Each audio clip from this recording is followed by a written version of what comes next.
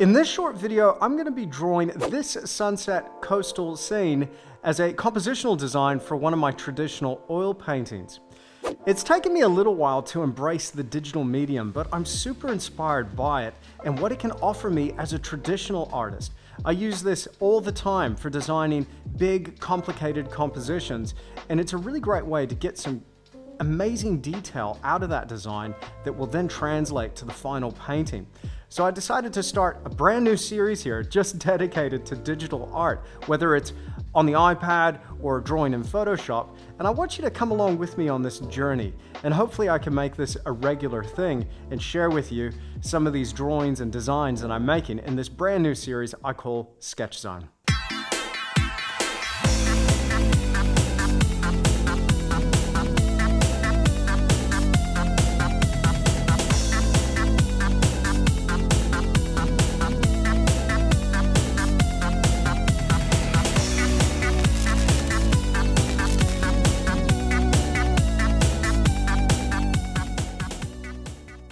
Hi there and welcome to the studio. My name's Andrew. It is such a pleasure to have your company here once again and in this brand new series, number 1 of Sketch Zone.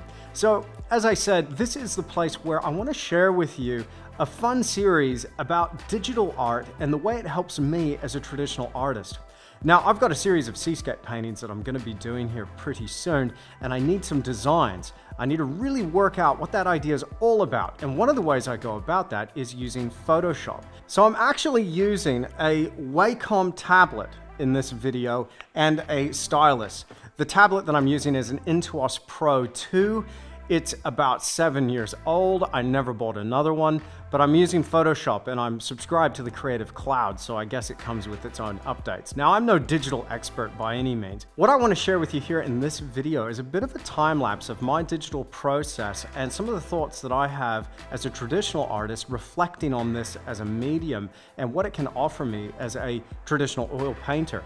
And just a side note, throughout this series, I want to share with you more things like drawings on the iPad using Procreate and some of my other more involved digital art. So hopefully this inspires you if you're a digital artist, or if you're a traditional artist and you've never given digital a go, then hopefully this gives you something to think about and encourages you to take the plunge and have a shot at this. Now, again, I'm never turning my back on oil painting. I'm an oil painter first and foremost, and I always will be. But I just love what this offers me as an artist for unlocking some potential when it comes to designing a big, epic painting, and in this case, a seascape. Now, right now on my Patreon page, you're going to find an extended version of this video and a bit of a discussion on composition using the golden ratio. Now, if you've ever wanted to know how to compose your pictures to keep viewers looking at them, the golden ratio is a great trick to use, and it's something that just creates a beautiful, visually harmonious image. So you can find that on my Patreon page by clicking that link in the description down below. So without further ado, let's get in the zone and start drawing.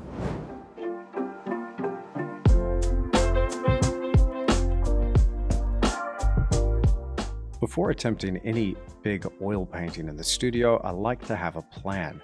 And often I'll just make a small oil sketch. This helps me sort out my thought process and gives me a clearer idea about what the final painting is going to look like. But I've added an extra step here, and I've taken a photograph of this and I've imported it into Photoshop. I just distort the image to make sure all of those edges are nice and square.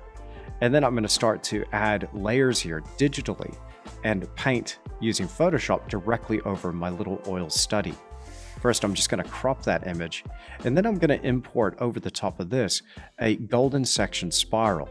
Now, you may have heard me talk about the golden ratio before. It's simply a ratio that states 1:1.618. It's a really good trick for creating a pleasing, harmonious composition. I've taken 4 spirals here and superimposed one upon another to create 4 points.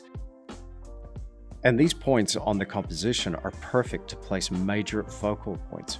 Now, I've had the setting sun appear at the terminus of one of these spirals, and that's the main thing that this composition's about. So everything around this within the scene supports that primary element. Not convinced I've got the right shape of rocks either, so there's a couple of attempts here to just make sure I have a nice arrangement. Now, these rocks might seem a little bit impossible in terms of their shape, but here's some of the reference that I'm using. And this comes from the Wellington coast, a place called Breaker Bay. And these rocks have got such an amazing dramatic character to them. And I thought one thing that this scene could really use is some of that dramatic sunset light. And as is my tendency, I've used plenty of artistic license here. Now notice in the composition how most of the major elements, the structure of the scene, is all lining up with that golden section. I'm convinced this is going to make a more pleasing composition. I've never really followed the golden ratio to this degree, but I'm enjoying where this is taking me so far. It's a great way for providing that asymmetrical sense of balance. Now, it doesn't matter what medium I'm using, whether it's digital or it's pencil in the sketchbook or an oil painting, there's a handful of fundamentals that I stick to.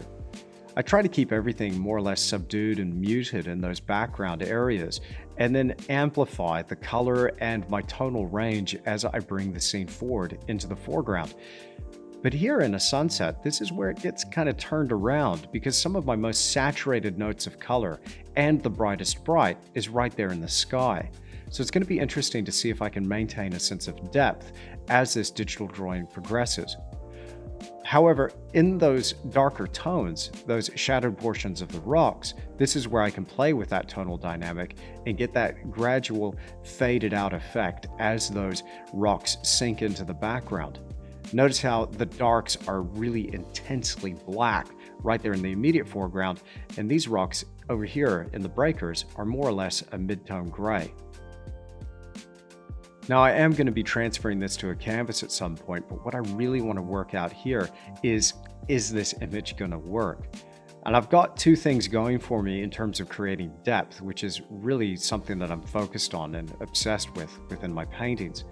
And those two things are the linear elements within the scene. Is the drawing working? Does that actually create depth and a sense of convincing perspective? And then what is that use of color like? And I'm adding tone into that color as a consideration, because this is something that is just so important. If either one of those things, the drawing or the color and the tonal dynamic, is off, then that could kill this depth that I'm trying to achieve. I love working with digital and the range of brushes that are possible with this medium. It's really uncanny how much these brushes working in Photoshop, how much they're like oil paint. So the brushes I'm using are GrutBrushes made by Nikolai Grut, and you're going to find a link to those in the description box down below. And you can even get yourself 10% off, or even try a sampler of 5 of my favorite brushes. And incidentally, most of this painting was painted just using 5 brushes.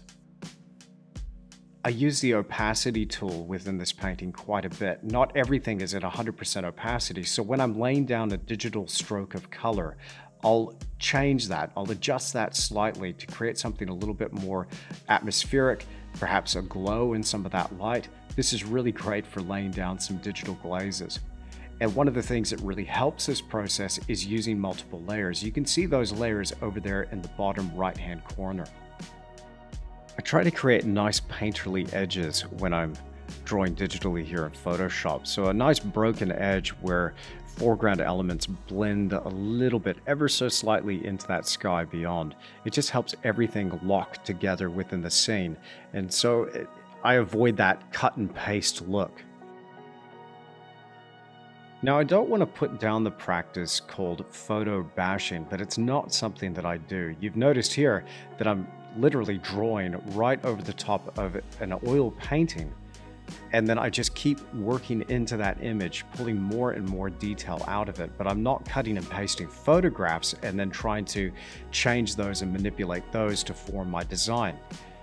You know, I might do it here and there as a concept, but if I'm going to work something up as a full digital painting or a drawing, I really prefer to use this method and just continue with that hand-eye coordination and working on my skills and not relying on tracing photographs. Now, some digital artists find that easier, and that's totally cool, but as a traditional artist, I always prefer to draw things.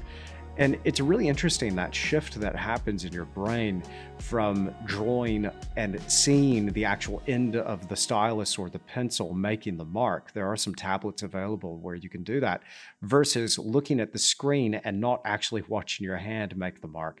There was a bit of a shift that had to happen for me mentally in order to make this transition, but it's super cool. Now I just seem to have clicked into that mode, so to speak, and it's becoming easier and easier the more I do it. But it still is a bit of a trick to get your brain to get used to not actually looking at your hand making the drawing. So that tablet is sitting right in front of me as I'm making these marks, and I'm just looking at the screen the whole time. Now, I always get my fair share of shade thrown my way for drawing digitally and embracing this medium, but I'm convinced that this is a great way and a really convenient way to create something awesome quickly. But you still have to rely on your skill set as an artist. And as I was saying earlier, the fundamentals still apply of line, tone, color, perspective. All of those things are at play. So there's no faking that. There's no getting around that. We still have to deal with all of those considerations. But the benefit here of working digitally is that I can create something that is this complicated in about a fifth of the time working traditionally. So far, I'm liking this design, although it does feel really over the top. It's just so much going on, and the colors are so saturated and candy-esque that I just would normally shy away from this type of image. As I said previously, I've never really painted the light source within a painting. But there's something kind of 19th century about this image, and when I look at works by the old masters, some of them from that romantic period of painting in the 19th century, they're really over the top. So I thought, you know what, let's just embrace it and go with it. And so as I started to work with this in mind, I got more and more into it and just started adding more and more light. So here I've got little glints of light that are shining off that water, reflecting that light source. And working tonally, I plan for my brightest bright. So I'm still muting all of those brighter tones, saving it for the very end when it comes time to add little sparkles here and there. If we blow out our tonal range, again, just like working traditionally, if we go too far with those tones too early, we lose that sense of light in the painting. And virtually every point of light here that's shining that brightest bright is going to have a bit of a halation or a bit of a glow around it. So I just create a bit of a broader brush, some of that golden yellow from the sky above, and then just create a gentle glaze over the top of some of these brighter areas with some nice translucency to it. So I'm not going all the way with the opacity here. And I'm also preserving some of those bright highlights for these rocks to make them look like they're wet, like they're getting splashed by those waves. So concentrating a tiny little pinpoint of light here and there. I try to produce these digital works really quickly, but I always end up working into them more and more and more. So this drawing all up took about 12 hours. But it was good fun.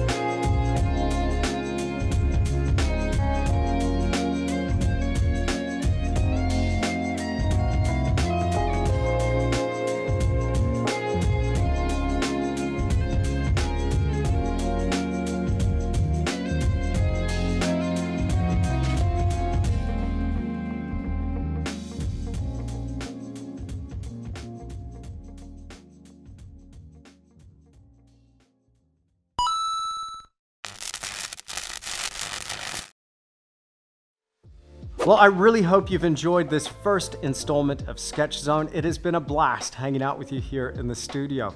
Now, again, if you want to see a longer version of the time-lapse here and a bit of a discussion on composition using the golden ratio and how that can help your paintings, then make sure you check out my Patreon page. You'll find that video there right now by clicking that link in the description down below. Now, if you like this video, then make sure you click that like button and leave me a comment down below. As always, make sure you subscribe to this channel and click the notification bell so you're notified when I upload another video. I'm gonna get out of here and get back to the drawing board. I look forward to hanging out with you again very soon.